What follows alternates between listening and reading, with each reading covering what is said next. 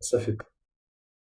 Merci et bienvenue à tout le monde. Donc oui, je disais, c'est la musique qu'on vient d'entendre, c'était Om Namah Shivaya, donc ce mantra à Shiva. Et Shiva, donc c'est la Shivaratri aujourd'hui, c'est pas seulement Shivaratri, c'est la grande Shivaratri, une fois dans l'année, qui est célébrée cette année le 18 février, donc aujourd'hui, et c'est une fête qui dure toute la journée et toute la nuit. C'est-à-dire que la tradition, c'est de faire comme Shiva, en fait, une fois par an, de méditer, de ne pas dormir, ne pas manger ou peu, de faire des austérités. Et en fait, c'est un jour assez propice pour parler de tapasya. Je n'avais pas pensé, mais c'est devenu clair en mettant la musique ce matin. Euh, le mot tapasya signifie austérité, ou on peut aussi le voir comme une discipline, des contraintes acceptées, des contraintes qu'on se donne et qu'on respecte justement euh, dans l'idée de l'évolution spirituelle de la pratique. Et donc Shiva, c'est le grand maître des austérités. C'est-à-dire que quand... Alors avant qu'on commence, parce que là je suis lancé en fait, on va quand même commencer avec un petit étirement et puis rentrer en nous-mêmes, ça va nous faire du bien. Donc redressez et vous pouvez poser votre tasse de thé, vos croissants de côté pour l'instant. On va le retrouver après en parlant d'austérité. Donc on redresse le dos, on dresse le regard, on ferme les yeux et on prend le temps de ressentir à l'intérieur. Dans quel monde je suis maintenant? Dans quelle conscience j'habite?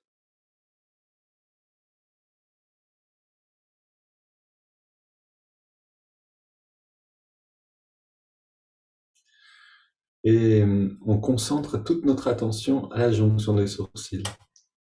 Ceux qui ont vu cette statue de Shiva qui était dans la vidéo juste avant, vous voyez son œil spirituel qui est dessiné. Et focalisons, on l'appelle aussi l'œil de Shiva d'ailleurs.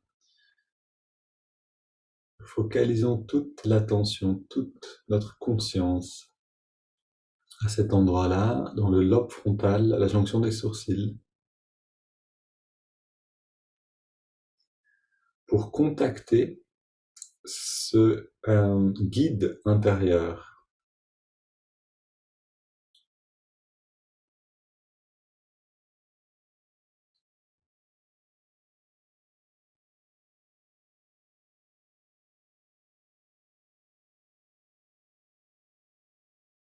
Une inspiration profonde. Et à partir de maintenant, on va un petit peu retrouver cette pratique intérieure qu'on a eue cette semaine, qu'on appelle mantra japa, donc répétition continuelle d'un mantra ou prière continuelle selon la tradition. Et vous pouvez choisir le mantra qui vous plaît, si vous en avez un déjà, ou cette affirmation, cette demande au guide divin, guide-moi maintenant et en chaque instant de ma vie.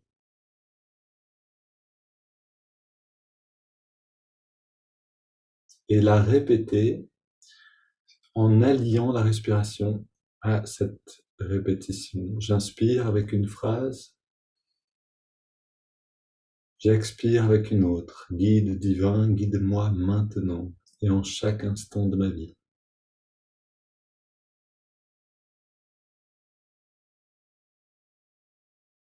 J'essaie de sentir les battements du cœur, de rythmer ma respiration avec les battements.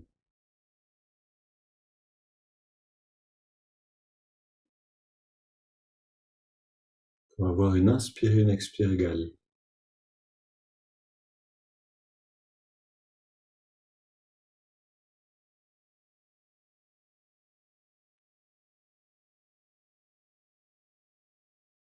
Garde cette pratique-là. Donc ça, c'est déjà une forme d'austérité. On va voir pourquoi. Toutes ces contraintes qu'on accepte dans la pratique de la prière continuelle ou du mantra japa. Puis on inspire, on garde donc cette pratique en entrelaçant les doigts. Expire, on pousse les mains vers l'avant, on arrondit le dos. Et inspire, on étire vers le ciel. Expire, on se penche vers la gauche. Inspire au centre.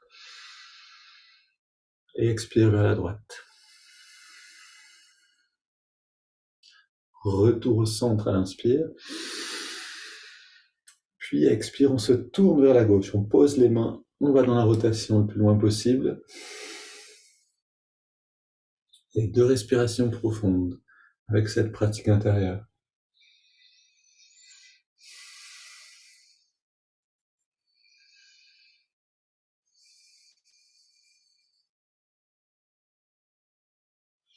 On revient au centre, inspire, les mains vers le ciel, on étire le dos. Expire, on se tourne vers la droite, on pose les mains en soutien et pratique intérieure, on se retire en nous-mêmes.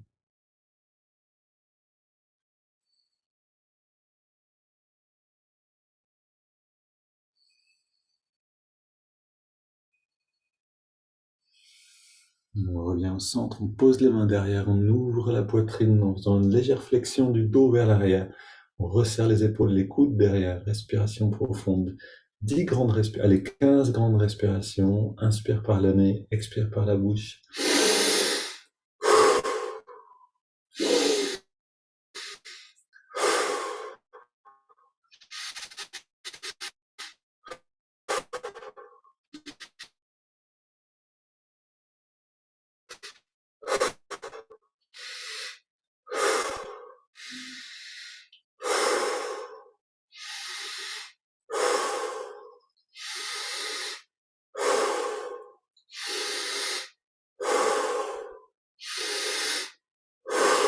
Encore 4 respirations.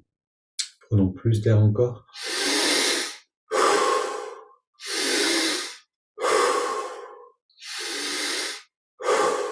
Une dernière. On revient au centre, on pose les mains sur les cuisses, paumes vers les ciels, on prend une grande inspire. Puis on expire en se détendant. On arrête de respirer et on ressent à l'intérieur toutes ces sensations qui apparaissent, qui nous permettent de nous plonger dans l'intériorité.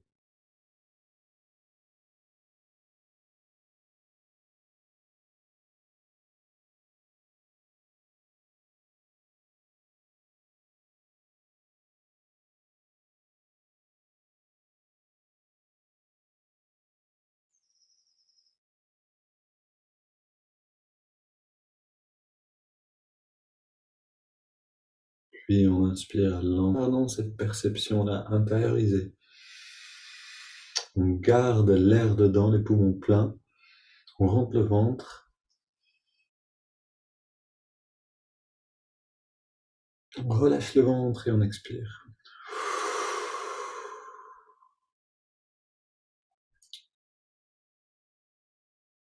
Voilà, contraction détente. Double inspire par les narines. On serre les poings, on contracte les bras, les jambes, le torse tout entier jusqu'au cou. Et on relâche tout. Et encore une.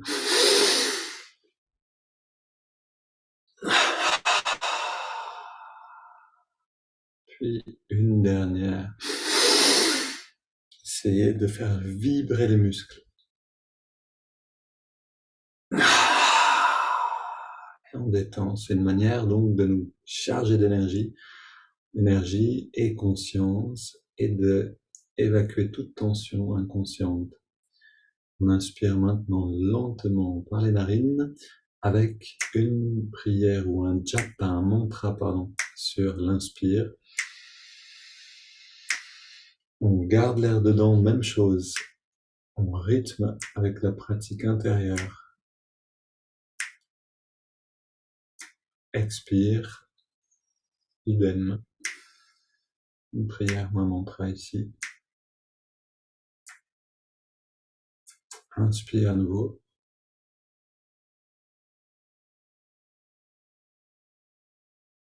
Garde.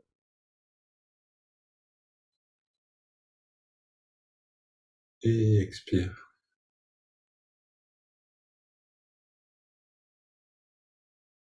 Inspire, on reste très immobile, très détendu.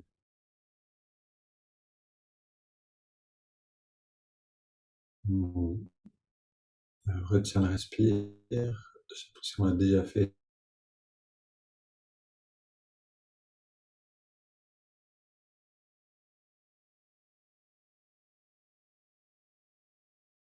La, l'intériorité, donc cette détente qu'on a après ces pratiques, nous permettent de ressentir l'intuition, de ressentir cette vision intérieure. Essayons d'ouvrir cette vision euh, pour voir ensemble ce qu'est Tapasya et comment on peut intégrer cette pratique de la discipline spirituelle d'une manière positive dans nos vies. Donc, je vous ai parlé un petit peu la dernière fois, dans samedi dernier, de la pratique elle-même. On avait cette image d'un artisan euh, qui s'apprête à travailler le bois ou une sculpture sur pierre. Euh, Super. Et oui, vous commencez à avoir des images un petit peu avec ça. Euh, et donc, cet artisanat, ce concept-là, on l'applique à nous-mêmes, dans le sens où on est, quand on médite, un artisan de la conscience. Quand on pratique, que ce soit Rangso ou que ce soit le, euh, la prière continuelle, le mantra japa, on travaille avec des éléments. Et ces éléments, c'est notre matériel. Et ce sont nos outils. En fait, le matériel, c'est la conscience, et les outils, c'est le battement du cœur, la respiration, Ujjayi éventuellement, le mantra lui-même, euh, le rythme, voilà, toutes ces choses. Et donc, on a vu que ces éléments-là, quand on les réunit régulièrement, comme un artisan, on va justement apprendre à les manier, ces outils. Où il y avait aussi l'image du pianiste qui va faire ses gammes pour apprendre pour développer en fait son doigté et ensuite pouvoir jouer des morceaux et peut-être même improviser et être créatif euh, librement. Et ici c'est pareil pour nous, c'est-à-dire que la conscience, on travaille dans... Merci Alba, super. On travaille en fait dans voilà, dans la méditation ou dans cette forme-là de retrait d'essence à manier la conscience pour que on puisse ensuite, quand on est dans la vie de tous les jours, être libre d'être là où on devrait être, c'est-à-dire d'habiter dans la conscience qu'on a besoin d'habiter pour faire face à la vie de tous les jours euh, dans la justesse. Donc on a aussi parlé rapidement de l'effritement, des résistances intérieures, c'était cette image de la falaise bretonne. C'est-à-dire que la méditation, c'est une pratique régulière. Souvent, on n'en voit pas tout de suite les fruits. Euh, et c'est avec le temps que tout d'un coup quelque chose s'ouvre. Pourquoi la falaise? Parce que voilà, il pleut une petite bruine, une pluie légère et un jour, un pan de falaise entier s'écroule. Et cette pluie, c'est cette grâce qui, qui descend sur nous, en fait, à chaque fois qu'on est dans cette pratique, qu'on fait l'effort. Et ici, on arrive directement au cœur, finalement, du thème d'aujourd'hui, c'est tapasya. Comment attirer la grâce? Euh, on parle souvent de l'effort et de la grâce. Tapasya peut être vu comme justement ce concept-là de l'effort. Donc, dans la pratique de la méditation, euh, on a déjà en fait des contraintes. Quand on parle d'effort, on parle bien sûr de contraintes, c'est-à-dire de contraintes qu'on s'impose. Quand je pratique, je m'impose des contraintes, je ne bouge plus, je ferme les yeux, je focalise mon attention à un endroit, je reste fidèle à un mantra ou une prière.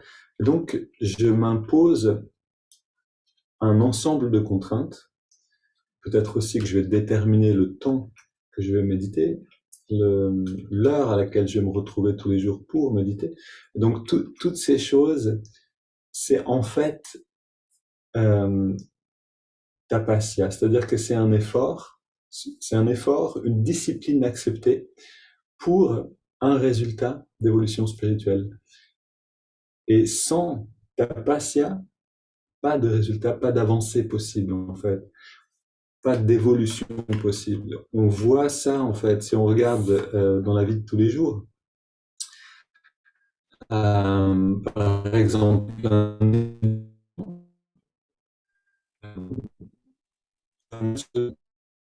pour donc que le résultat soit spirituel ou matériel, c'est la même chose, c'est-à-dire c'est la même équation. On a besoin de ok, merci Elba. Si jamais ça coupe, je coupe ma vidéo, comme ça voilà, temporairement peut-être.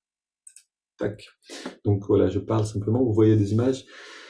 Euh, un étudiant, pour atteindre son travail, son métier, va devoir passer par une grande discipline, bien sûr, et ça on connaît tous. Donc pour construire une maison, c'est pareil. On aura besoin de rentrer dans un ensemble d'efforts organisés pour réussir à rassembler les ingrédients pour que ça fonctionne. Maintenant que nous, on accomplisse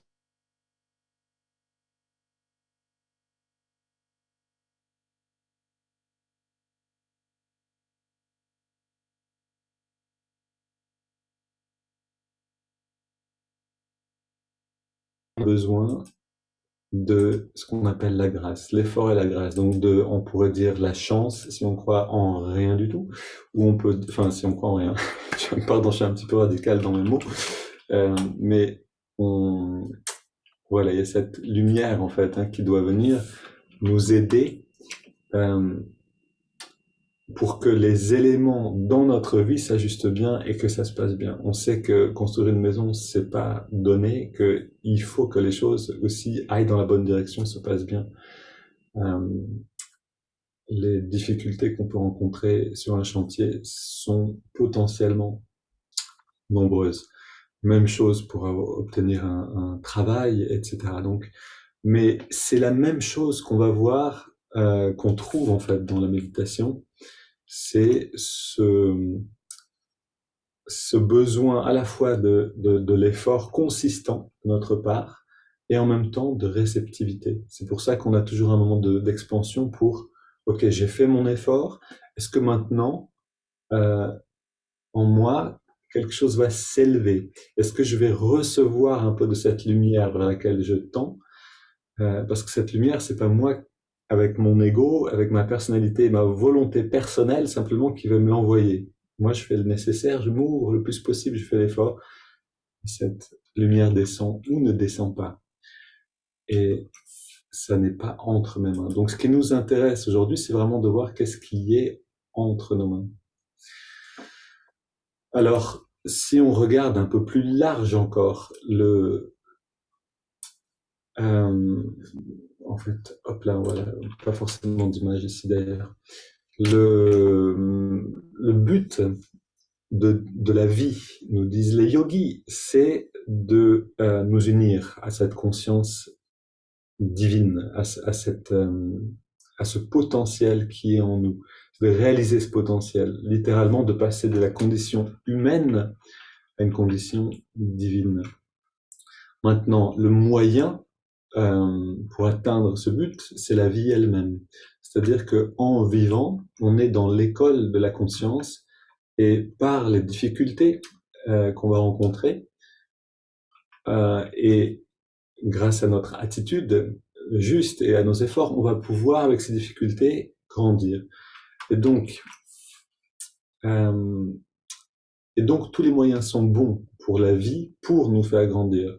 Et ça va inclure des contraintes quelquefois très sévères. Donc, on a, on connaît en fait hein, toutes les difficultés qu'on a dans nos vies, que ce soit la maladie.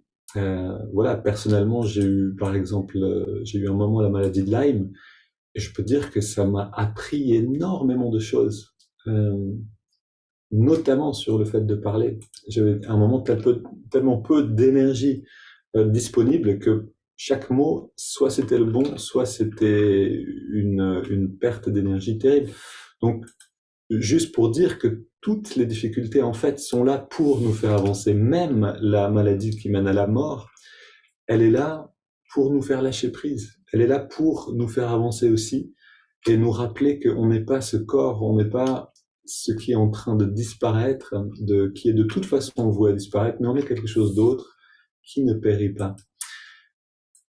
Donc la vie est là pour nous faire avancer et elle est là avec ses contraintes pour nous obliger, si on veut, à apprendre les leçons qu'on s'est données en fait, qu'on a besoin d'apprendre.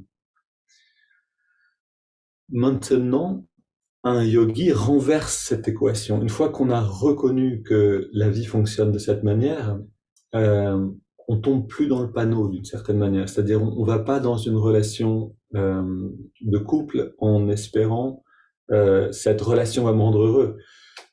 On comprend, c'est cette relation qui va me permettre de grandir, c'est-à-dire me donner les difficultés, les défis pour que je transforme, que je pacifie en moi-même ce qui n'est pas encore pacifié.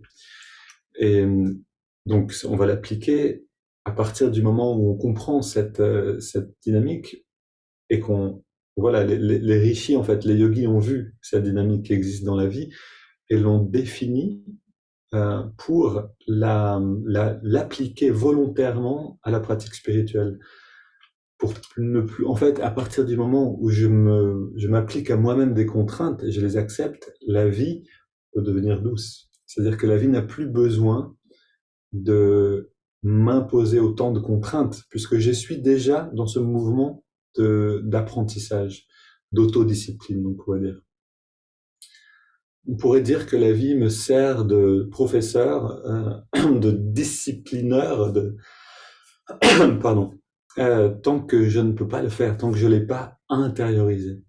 Et donc, c'est ce que nous disent les saints de leur propre témoignage. À partir du moment où j'accepte ces austérités-là et je me les applique, la vie devient une abondance de bien, de tout ce qui est bon, jusqu'à débordement, nous disait Swami Kriyananda d'ailleurs, qui lui a créé des communautés, a créé beaucoup de choses, et c'est clair que, enfin, pour vous citer une petite interaction qu'il y a eu comme ça, donc Swami Kriyananda, c'est disciple de Yogananda qui a accompli le rêve de Yogananda de créer des communautés dans lesquelles on vivrait simplement et avec un idéal spirituel élevé. Donc, à mener à bien cette mission de voilà, créer une grande communauté en Amérique, puis créer de nombreuses communautés, enfin de nombreuses, en tout cas une petite dizaine dans le monde, ce qui n'est pas rien pour un homme seul. Et donc, bien sûr, il a été entouré rapidement de gens qui ont été inspirés par lui et qui ont travaillé avec lui. Mais un jour, vient quelqu'un dans sa communauté, dans la maison mère, et voit l'incroyable beauté, l'harmonie de cet endroit et la qualité de la conscience des personnes qui y résident, et se tourne vers ceux qui sont là et dit, mais pour qu'un endroit comme ça existe, quelqu'un a dû faire beaucoup de tapasya. Et Swami Kriyananda de répondre, oui, c'est moi. Et c'était simplement, c'est pas parce qu'il était fier ou orgueilleux, c'est simplement un état de fait. C'est quelque chose qu'on ne peut pas faire sans. À partir du moment où on veut créer quelque chose, où on veut que ça soit contribuer d'une manière positive ou que ça soit atteindre un but matériel dans notre vie, on va devoir passer par là. Et donc, les rishis, enfin, quand je dis rishis, c'est les yogis, simplement les yogis de l'ancien temps, ont compris ça. Et on trouve dans les textes, le Mahabharata ou le Ramayana, je pense aussi, que je connais le moins, mais on le trouve clairement dans le Mahabharata. Donc, ceux qui voulaient obtenir des faveurs des dieux, c'est-à-dire qui avaient un but en tête, que ce soit une vengeance, par exemple, c'est le cas dans le Mahabharata, ou que ce soit atteindre ou avoir des enfants, par exemple, ou d'autres choses encore, quel que soit le but, ils allaient se tourner donc vers leur divinité de préférence, que ce soit Shiva ou un autre, et ils allaient donc faire tapasya, donc se retirer dans la forêt, méditer, faire des austérités, jeûner, ne plus dormir ou dormir très peu. Voilà, et toute cette énergie en fait d'ailleurs je vais vous lire en fait la définition de tapasya, c'est bien dit ici. Mais toute cette pratique allait leur permettre justement d'accomplir et d'atteindre ce qu'ils voulaient atteindre. Donc, selon Jean Herbert, qui est un orientaliste des années 50 par là, je crois, donc, mais qui s'est intéressé beaucoup à l'Inde, par tapas, les hindous entendent un effort intense et continu, combiné avec diverses austérités, et que l'on considère comme nécessaire pour atteindre le but qu'on s'est assigné. Littéralement, tapas signifie brûler. C'est une sorte de pénitence destinée à échauffer la nature supérieure. Donc là, il parle vraiment dans la pratique spirituelle. Cela prend parfois la forme d'un vœu qui va du lever au coucher du soleil, tel que répéter le mot Om toute la journée sans s'arrêter. Maintenant, ça nous intéresse. Ces actions produisent une certaine puissance que l'on peut convertir en toute forme que l'on désire, spirituelle ou matérielle. Cette notion de tapas a imprégné toute la religion hindoue. Les hindous disent que même Dieu a fait tapas pour créer le monde. On a un homme avec une belle barbe. Oui, donc c'est bien ça, c'est-à-dire que en fait, cette connaissance, elle existe depuis toujours. Voilà, on trouve par exemple dans les évangiles, avant de rentrer dans sa mission, le Christ se retire 40 jours sans boire ni manger, sans dormir peut-être, je sais pas, mais en tout cas constamment dans la prière et dans dans la pratique, dans les austérités. Et à partir de là commence sa mission. Et c'est quelque chose qui existe très concrètement. On peut le voir dans la vie matérielle, on peut le voir dans la vie spirituelle. Si on veut en profiter, c'est-à-dire si on veut, dans notre vie, toucher à notre vocation, ce pourquoi on s'est incarné, et rentrer le plus possible dans l'accomplissement de cette vocation, c'est par là que ça passe. C'est-à-dire il y aura forcément une part d'austérité, de discipline qu'on va devoir s'imposer pour ça. Ok. Donc, pour terminer, alors, je regarde le temps, j'aimerais quand même qu'on ait un petit peu de temps pour pratiquer. Ok, super, parfait, on va continuer encore un peu. Donc, qu'est-ce que c'est? Alors, on parle de 3 dimensions ou de 3 domaines d'austérité, de tapasya. Ces 3 domaines s'appliquent au corps physique, à la parole et au mental ou à l'esprit. C'est-à-dire, là, ça va vraiment du plus concret au plus éthéré. Et plus on va vers le subtil, et moins c'est évident. C'est-à-dire que pour appliquer la discipline à la pensée, il faut déjà avoir une certaine pratique de la méditation et de tout ça. Mais donc, c'est logique de commencer par le corps. C'est là le plus facile. Et donc, dans le corps, on trouve le sommeil, on trouve la nourriture, on trouve tous les plaisirs des sens, euh, donc sommeil, nourriture et les activités. Et donc, à partir de là, l'idée est simple. Tapasya, discipline. Si je m'impose une discipline qui soit à ma mesure, ça c'est aussi important, c'est-à-dire que c'est un chemin progressif.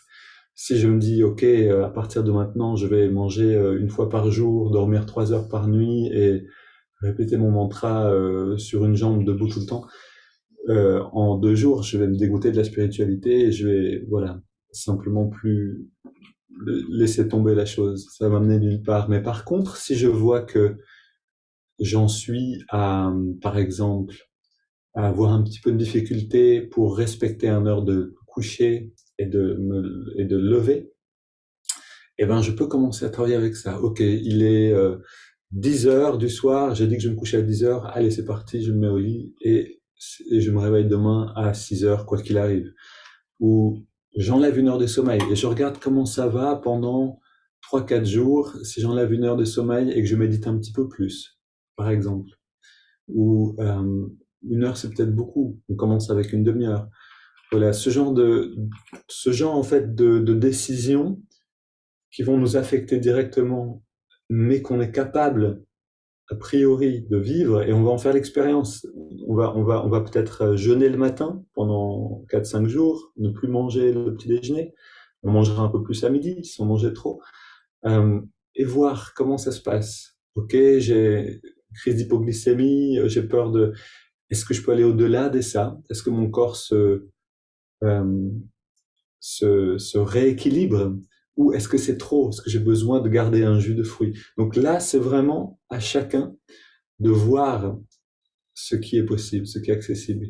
Mais si on peut voir ce qui est accessible et l'appliquer, alors on est sûr de voir des résultats dans notre pratique spirituelle. C'est-à-dire que c'est le fuel littéralement de la méditation, le fuel de l'élévation de la conscience.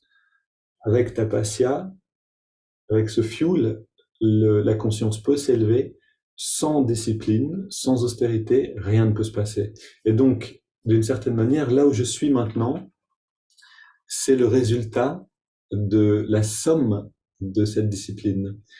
Si j'augmente cette discipline progressivement et que je donne un peu plus, ma conscience peut s'élever un petit peu, à condition bien sûr de garder une attitude juste. Voilà, ça c'est quelque chose d'important aussi, c'est on peut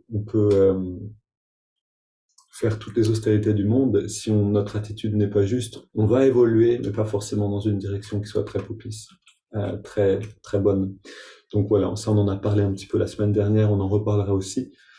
Mais l'humilité, pour le dire en un mot, c'est essentiel quand on va dans cette pratique-là. Et,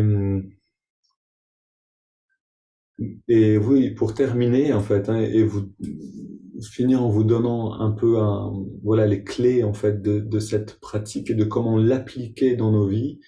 On a tapasya et on a aussi ce mot qui vient de l'Ayurveda, qui est dinacharya. Et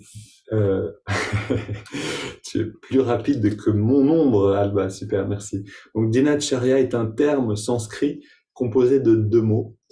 Din, qui signifie jour, et acharya, qui exprime l'action de sentir et de s'accorder avec une dimension bien précise.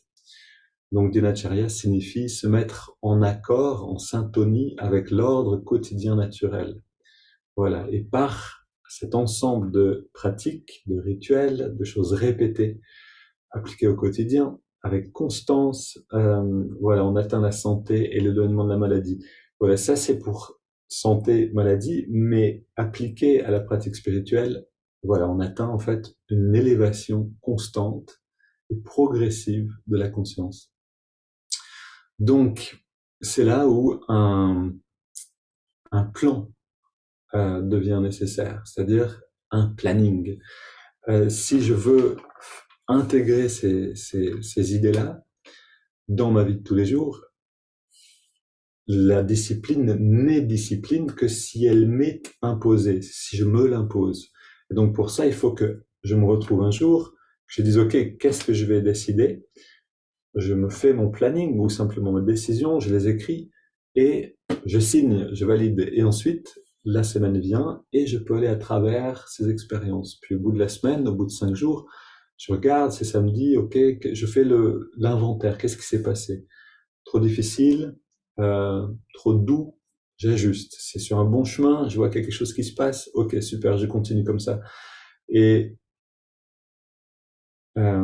et dernière chose, dernier conseil que je vous donne ici, c'est si vous le faites, et je vous conseille de l'essayer, c'est en fait dinacharya et tapasya, c'est-à-dire avoir un plan de ce qu'on va faire, des vœux d'une certaine manière, des décisions qu'on va respecter, et aller dans l'évolution de ces choses-là, euh, voilà, c'est une clé hein, pour la méditation elle-même. Ça va vraiment nous ouvrir des portes. Maintenant, attention à l'excès également, c'est-à-dire c'est important de se garder des temps, le samedi et le dimanche par exemple, pour lever le pied. Et le samedi, ben voilà, ça va être le jour où on va manger un gâteau au chocolat, où on va dormir 2 heures de plus, où on va euh, à méditer un petit peu moins éventuellement. Et du coup, on va retrouver l'envie pour ces austérités. Et du coup, cet aller-retour nous permet de, euh, de rester en vie ou de garder l'envie, c'est les deux ensemble, c'est-à-dire d'aller, comme marée haute, marée basse, faire un effort, puis aller dans l'expansion. Et souvent, donc, on le voit dans la méditation, on fait un effort de concentration et on se détend. Et là, souvent, c'est à ce moment-là que les choses se passent. Pareil avec Tapasya, avec cette idée-là de l'austérité, on est dans l'effort, on est dans l'effort, on est dans l'effort, ok. On sent pas vraiment quelque chose qui se passe, puis on se détend. Et puis c'est le samedi qui arrive, on lâche prise. Et là, il y a quelque chose qui se passe. On médite moins, mais la méditation, c'est autre chose. Donc, euh, oui, voilà, je voulais juste vous partager un petit peu ces choses-là. Aujourd'hui, c'est la Shivaratri, c'est un très bon jour pour commencer à appliquer un peu de tapas. Toutes les fêtes de Shivaratri sont des austérités. Les gens, comme je disais au début, ne dorment pas ou peu, prient la nuit, chantent, se trouvent des moyens pour se tenir éveillés, rester en groupe. Et, et, et passer un bon week-end inspiré ensuite par tout ça. Maintenant, tout seul, c'est pas forcément évident, mais on peut symboliquement décider, voilà, je vais, pour commencer à rentrer dans cette dimension de tapasya, je vais aujourd'hui profiter de l'aide de Shiva et euh, qu'est-ce que ça peut être? Renoncer à quelque chose, m'imposer une petite discipline, méditer un peu plus, rester en silence pendant tant de temps, etc. Voilà. Aujourd'hui, c'est un bon jour. Profitez-en, samedi, dimanche, donc c'est un bon moment pour aller dans cette pratique. Eh ben, ce que je vous propose, c'est de terminer en rentrant ensemble dans la pratique, euh, en rentrant ensemble dans l'intériorisation des sens. Alors, Irène, tu ne fermes pas les yeux. Tu gardes les yeux ouverts. Tu peux répéter ton mantra sans problème. Ou alors, il faut que tu arrêtes la voiture. Mais reste avec nous, c'est un plaisir de t'avoir avec nous, même si tu conduis. Donc, on redresse bien le dos. On va juste étirer une fois en étirant les bras directement vers le ciel. Une grande inspire, expire, je pense un peu vers la gauche, puis vers la droite. On se tourne, on peut garder les bras levés. On se tourne dans les deux directions. On pose les mains derrière, on ouvre un petit peu, on prend 5 respires.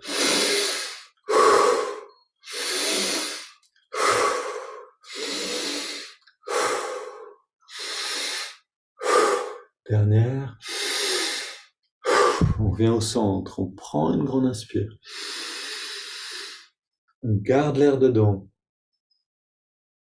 Et on expire. Une petite pause pour s'intérioriser pendant l'arrêt du souffle.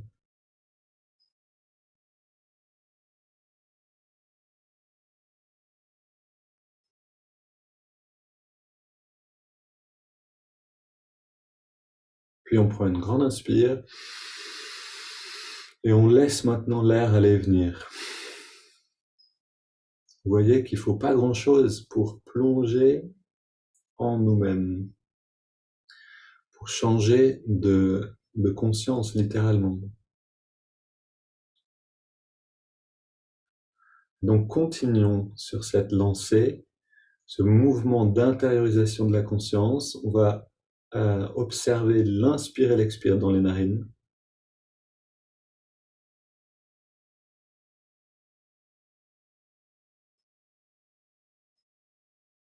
Inspire, fraîcheur, sensation de fraîcheur dans les narines. Expire, sensation de tiédeur.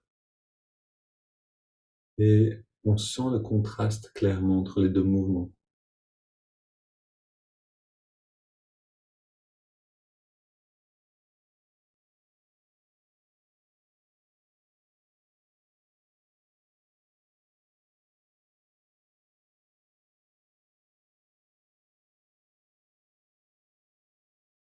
Maintenant, on va se donner des contraintes acceptées. Justement, on avait commencé à le faire aussi en 3 respires. On veut atteindre cet état d'immersion dans le souffle.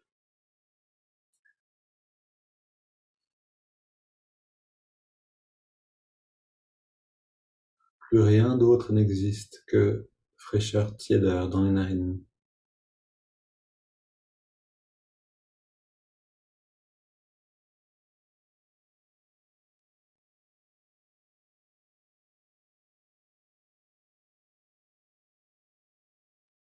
Et maintenant, en 7 respirations, donc avec le mouvement de l'index de la main droite, on va atteindre l'état de pratyahara, le retrait des sens, le retrait de l'énergie musculaire. Donc à l'inspire, l'index revient légèrement vers la paume, juste d'1 centimètre, et à l'expire, on relâche l'index.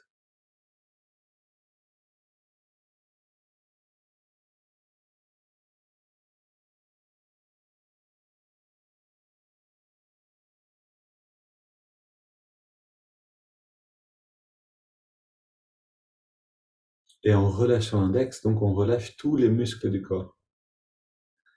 À chaque expire, une détente plus profonde. Allez, encore 5 respires.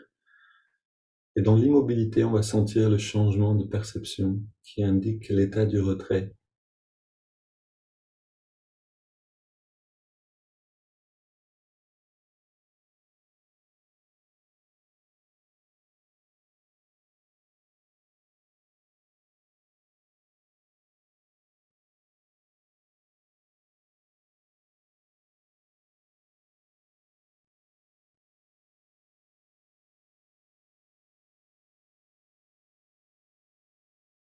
Voilà, on commence à sentir ce changement de perception.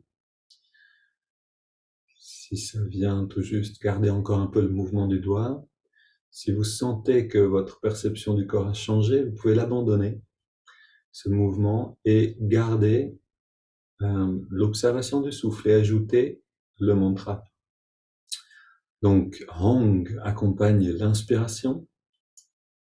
Mentalement, je chante Hong, et So accompagne l'expiration.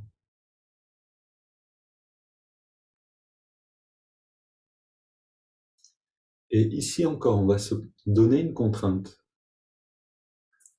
un but, une intention. Et donc, en 10 respirations, ce mantra Hong So, qui est le moyen de l'immersion de la conscience dans ce bien-être intérieur. Donc, en 10 respirations, ce mantra va nous emmener dans un vrai début de béatitude, un grand bien-être. Ça se passe en se détendant, en restant immobile et en plongeant dans l'essence de ce mantra qui est bien-être.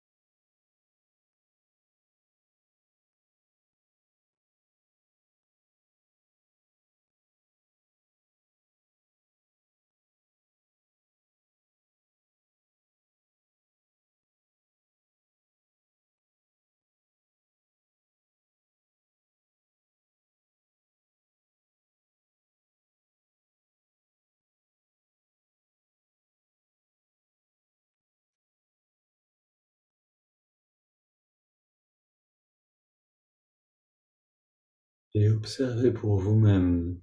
Voilà, les 10 respirations sont passées. Où est-ce qu'on est maintenant? À quel endroit de la conscience? Est-ce que je peux aller plus profondément encore?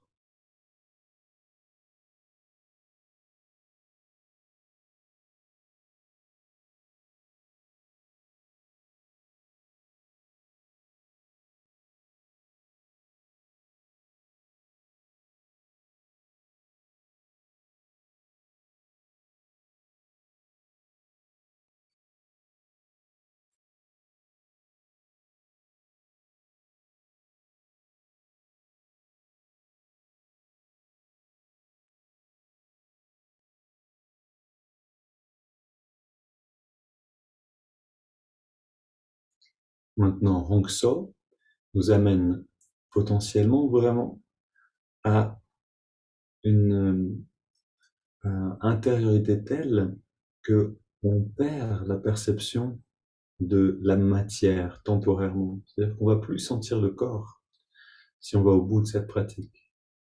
On va devenir énergie, conscience, bien-être, béatitude, l'essence de qui on est. Nous essayons maintenant, donc, allez, prenons quelques minutes encore, 3 minutes, de cette pratique. Hong So, observation du souffle. On laisse le mouvement du doigt de côté et on rentre ensemble dans cette dimension-là.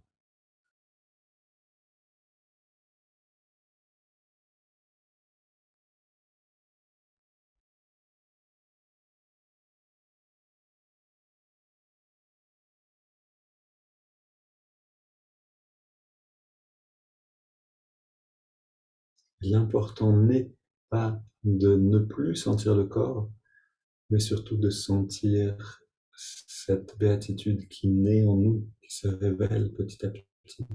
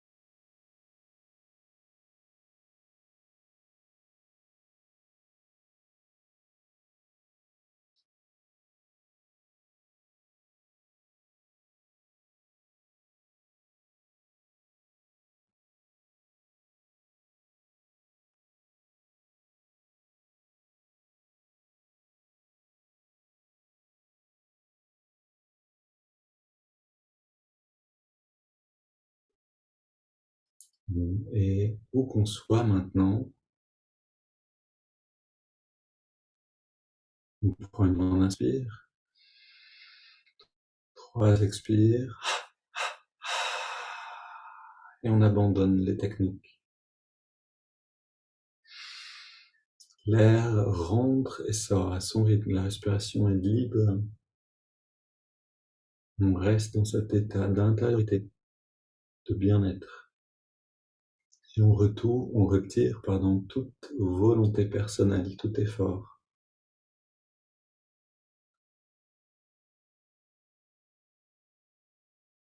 C'est le moment de l'expansion.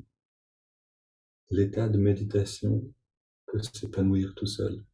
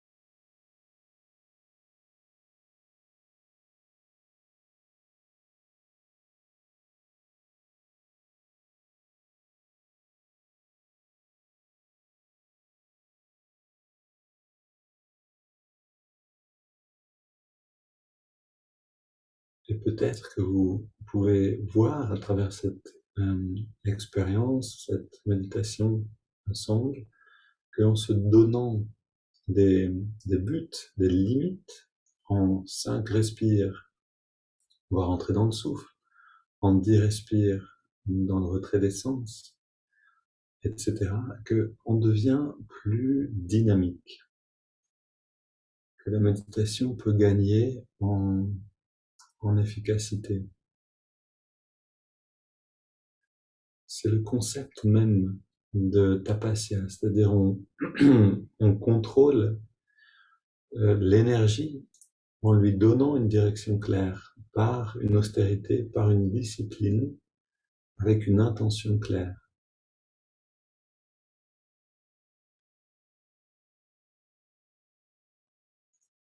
Et ça fait toute la différence entre une méditation un peu hasardeuse, où on reste simplement immobile, sans trop savoir où on va, à faire une technique sans limite de temps ou sans but clair, et une pratique donc justement bien rythmée et dans laquelle notre attention est focalisée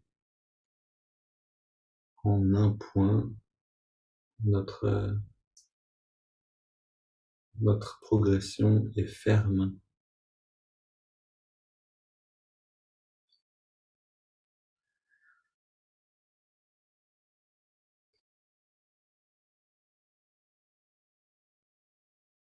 Donc pour terminer, on peut retrouver cette pratique intérieure, le japa ou la prière continuelle. On garde cette détente qu'on a maintenant.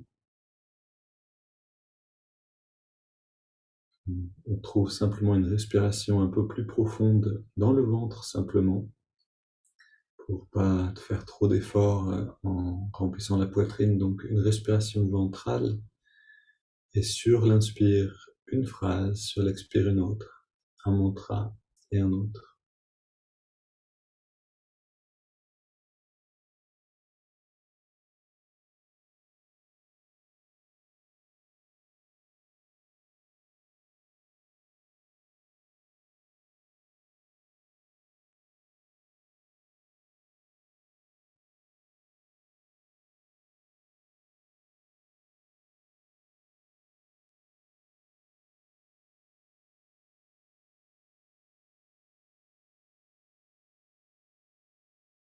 Et là encore, on peut se donner une dizaine de mantras, une dizaine de phrases, de prières intérieures, pour atteindre un état de l'expérience de ce lien avec le divin, l'expérience de la présence de notre guide intérieur.